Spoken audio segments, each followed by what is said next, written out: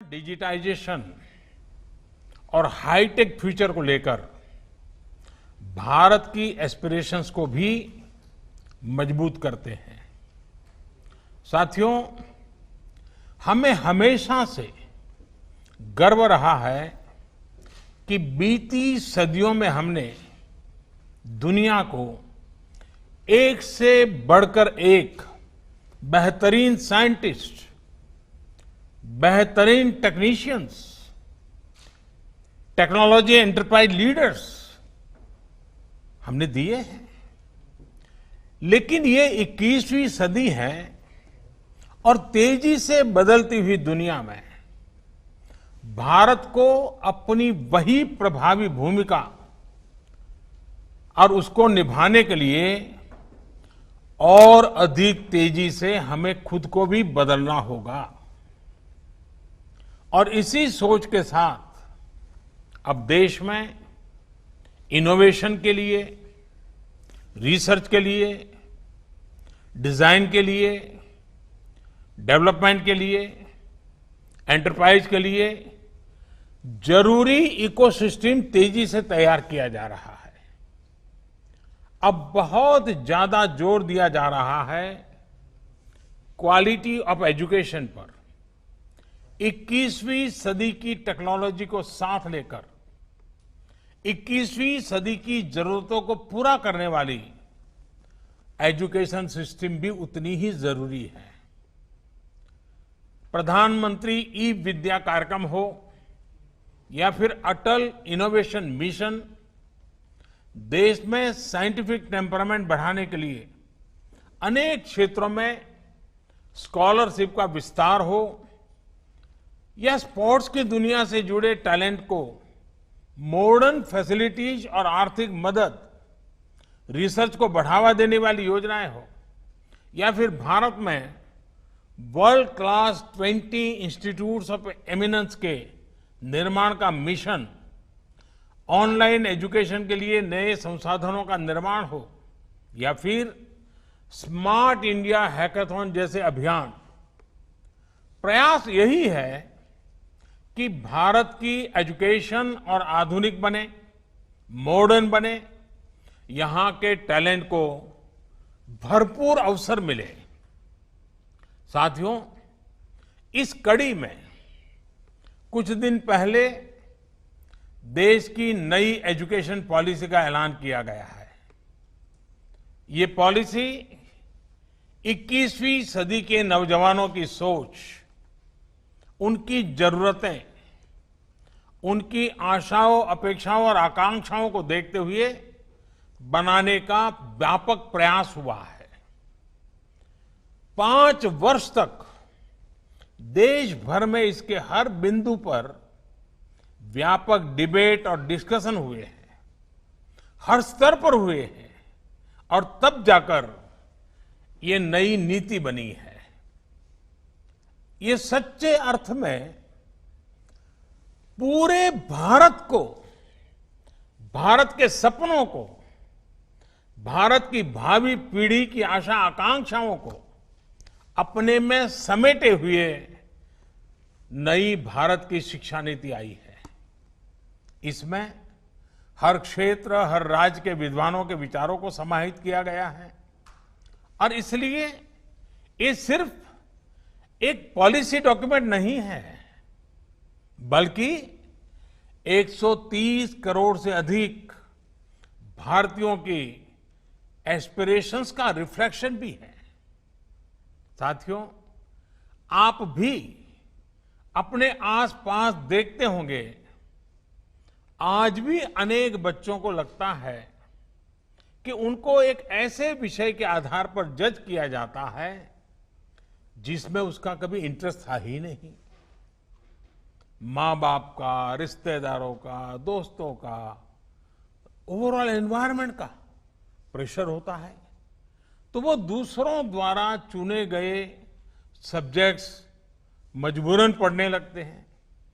इस अप्रोच ने देश को एक बहुत बड़ी आबादी ऐसी दी जो पढ़ी लिखी तो है, लेकिन जो उसने पढ़ा है, उसमें से अधिकांश उसके काम नहीं आता है। डिग्रियों के अंबार के बाद भी वो अपने आप में एक अधूरापन महसूस करता है। उसके भीतर जो आत्मविश्वास पैदा होना चाहिए, जो कॉन्फिडेंस आना चाहिए, उसकी कमी वो महसूस करता है। इसका प्रभाव उसकी पूरी लाइफ की जर्नी पर पड़ता है। साथियों, नई एजुकेशन पॉलिसी के माध्यम से इसी अप्रोच को बदलने का प्रयास किया जा रहा है। पहले की कमियों को दूर किया जा रहा है। भारत की शिक्षा व्यवस्था में अब एक सिस्टमेटिक रिफॉर्म, शिक्षा का इंटेंट और कंटेंट दोनों को ट्रांसफॉर्म करने का प्रयास है। Friends, the 21st century is the era of knowledge. This is the time to increase focus on learning, research, innovation. And this is exactly what India's National Education Policy 2020 does. This policy wants to make your school, college and university experience fruitful, broad-based, one that guides you to your natural passions. Friends, you are among the best and brightest of India. This hackathon is not the first problem you have tried to solve, nor is this the last. I want you and youngsters like you not to stop doing three things: learning, questioning, solving. When you learn, you get the wisdom to question.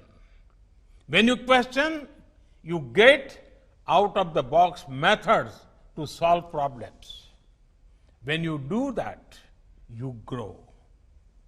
Due to your effort, our nation grows. Our planet prospers. Friends, India's national education policy reflects these spirits. We are shifting from the burden of the school bag, which does not last beyond school,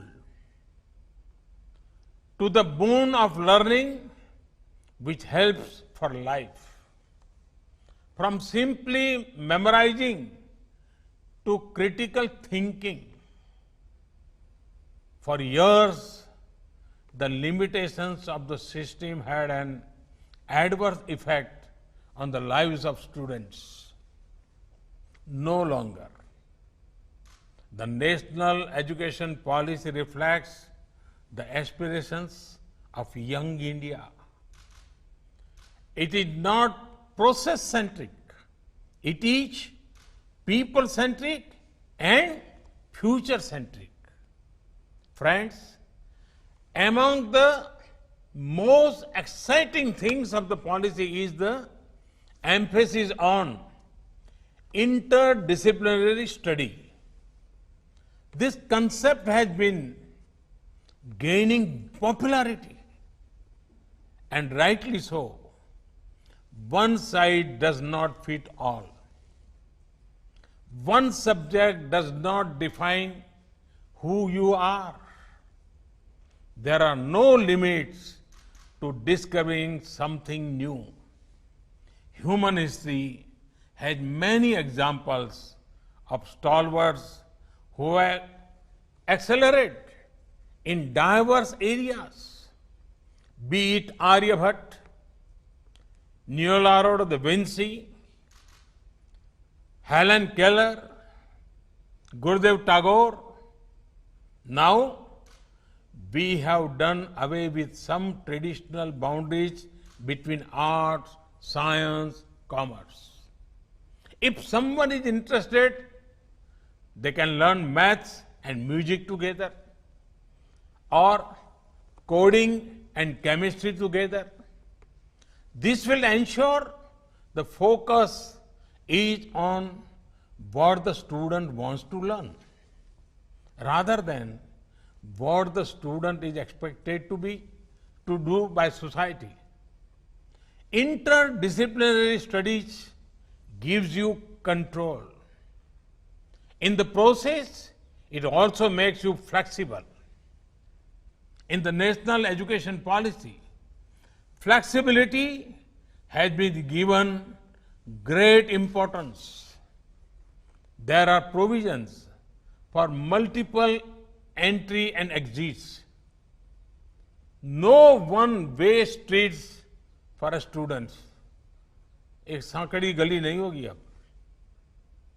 The undergraduate experience can either be a 3 or 4 year journey. Student will enjoy the advantage of an academic bank of credit, which will store all the academic credits acquired. This can be transferred and counted in the final degree. Such flexibility was long needed in our education system. I am happy the national education policy has addressed these aspects. Friends, national education policy is big on access to education. Starting from primary education, in higher education, the aim is to increase gross enrollment ratio to 50% by 2035. Other efforts, be it gender inclusion, fund, special education zones, question for open and distance learning will also help. साथियों, हमारे संविधान के मुख्य शिल्पी, हमारे देश के महान शिक्षाविद डॉक्टर बाबा साहब आम्बेडकर कहते थे कि शिक्षा ऐसी होनी चाहिए जो सभी की पहुंच में हो, सभी के लिए सुलभ हो. ये शिक्षा नीति उनके इस विचार को भी समर्पित है. ये एजुकेशन पॉलिसी जॉब सीकर्स के बजाय जॉब क्रिएटर्स बनाने पर बल देती है. यानी एक प्रकार से ये हमारे माइंडसेट में, हमारी अप्रोच में ही रिफॉर्म लाने का प्रयास है. इस पॉलिसी के फोकस में एक ऐसे आत्मनिर्भर युवा का निर्माण करना है जो ये तय कर पाए कि उसको जॉब करनी है, सर्विस करनी है या फिर एंटरप्रेन्योर बनना है. साथियों, हमारे देश में भाषा, लैंग्वेज हमेशा से एक संवेदनशील विषय रहा है. इसी एक बड़ी वजह है कि हमारे यहां स्थानीय भाषाओं को अपने हाल पर ही छोड़ दिया गया. उसे पनपने और आगे बढ़ने का मौका बहुत कम मिला. अब एजुकेशन पॉलिसी में जो बदलाव लाए गए हैं, उससे भारत की भाषाएं आगे बढ़ेगी, उनका और विकास होगा. ये भारत के ज्ञान को तो बढ़ाएगी ही, भारत की एकता को भी बढ़ाएगी. हमारी भारतीय भाषाओं में कितनी ही समृद्ध रचनाएं हैं, सदियों का ज्ञान है, अनुभव है. इन सब का अब और विस्तार होगा. इससे विश्व का भी भारत की समृद्ध भाषाओं से परिचय होगा. और एक बहुत बड़ा लाभ ये होगा कि विद्यार्थियों को अपनी शुरुआती वर्षों में अपनी ही भाषा में सीखने का अवसर मिलेगा. इससे उनका टैलेंट और पुष्पवित पल्लवित होने के लिए मैं समझता हूं बहुत अवसर होगा. वो सहज होकर बिना दबाव के नई नई चीजें सीखने के लिए प्रेरित होगा. वो शिक्षा से जुड़ पाएगा. वैसे भी आज जीडीपी के आधार पर विश्व के टॉप 20 देशों की लिस्ट देखें तो ज्यादातर देश अपनी गृह भाषा मातृभाषा में ही शिक्षा देते हैं। ये देश अपने देश में युवाओं की सोच और समझ को अपनी भाषा में विकसित करते हैं और दुनिया के साथ संवाद के लिए दूसरी भाषाओं पर भी उतना ही बल देते हैं। यही नीति और रणनीति 21वीं सदी के भारत के लिए भी बहुत उपयोगी होने वाली है। भारत के पास तो भाषाओं का अद्भुत खजाना है, जिनको सीखने के लिए एक जीवन भी कम पड़ जाता है और आज दुनिया भी उसके लिए लालायित है। साथियों, नई शिक्षा नीति की एक और खास बात है, इसमें लोकल पर जितना फोकस है उतना ही उसको ग्लोबल के साथ इंटीग्रेट करने पर भी बल दिया गया है। एक और, जहां स्थानीय लोक कलाओं और विद्याओं, शास्त्रीय कला और ज्ञान को स्वाभाविक स्थान देने की बात है, तो वहीं टॉप ग्लोबल इंस्टीट्यूशंस को भारत में कैंपस खोलने का भी आमंत्रण है। इससे हमारे युवाओं का भारत में ही वर्ल्ड क्लास एक्सपोजर और अपॉर्चुनिटी मिलेगी और ग्लोबल कंपटीशन के लिए ज्यादा तैयारी भी हो सकेगी। इससे भारत में विश्व स्तरीय संस्थान के निर्माण में, भारत को ग्लोबल एजुकेशन का हब बनाने में भी बहुत सहायता मिलेगी। साथियों, देश की युवा शक्ति पर मुझे हमेशा ही बहुत भरोसा रहा है। ये भरोसा क्यों है, ये देश के युवाओं ने बार बार साबित किया है। हाल ही में कोरोना से बचाव के लिए फेस शील्ड्स की डिमांड एकदम बढ़ गई थी। इस डिमांड को 3D प्रिंटिंग टेक्नोलॉजी के साथ पूरा करने के लिए बड़े पैमाने पर देश के युवा आगे आए। पीपीईज और मेडिकल डिवाइस के लिए जिस प्रकार देश के युवा इनोवेटर्स, युवा एंटरप्रेन्योर्स सामने आए हैं, उसकी चर्चा आज चारों तरफ है। आरोग्य सेतु ऐप के रूप में युवा डेवलपर्स ने कोविड की ट्रैकिंग के लिए एक बेहतरीन मीडियम देश को बहुत कम समय में तैयार करके दिया है। साथियों, आप सभी युवा आत्मनिर्भरता के लिए भारत की एस्पिरेशंस की ऊर्जा है। देश के गरीब को एक बेटर लाइफ देने के लिए, ईज ऑफ लिविंग के हमारे लक्ष्य को हासिल करने में आप सभी युवाओं की भूमिका बहुत अहम है। मेरा हमेशा से ये मानना रहा है कि देश के सामने आने वाली ऐसी कोई चुनौती नहीं है जिससे हमारा युवा टक्कर न ले सके, उसका समाधान न ढूंढ सके। हर जरूरत के समय जब भी देश ने अपने युवा इनोवेटर्स की तरफ देखा है, हमारे युवाओं ने कभी भी किसी को निराश नहीं किया है। स्मार्ट इंडिया हैकाथॉन के माध्यम से भी बीते सालों में अद्भुत इनोवेशंस देश को मिले हैं। मुझे पूरा विश्वास है कि इस हैकाथॉन के बाद भी आप सभी युवा साथी देश की जरूरतों को समझते हुए देश को आत्मनिर्भर बनाने के लिए नए नए सॉल्यूशंस पर काम करते रहेंगे। एक बार फिर आप सभी को बहुत बहुत शुभकामनाएं देता हूं। बहुत बहुत धन्यवाद।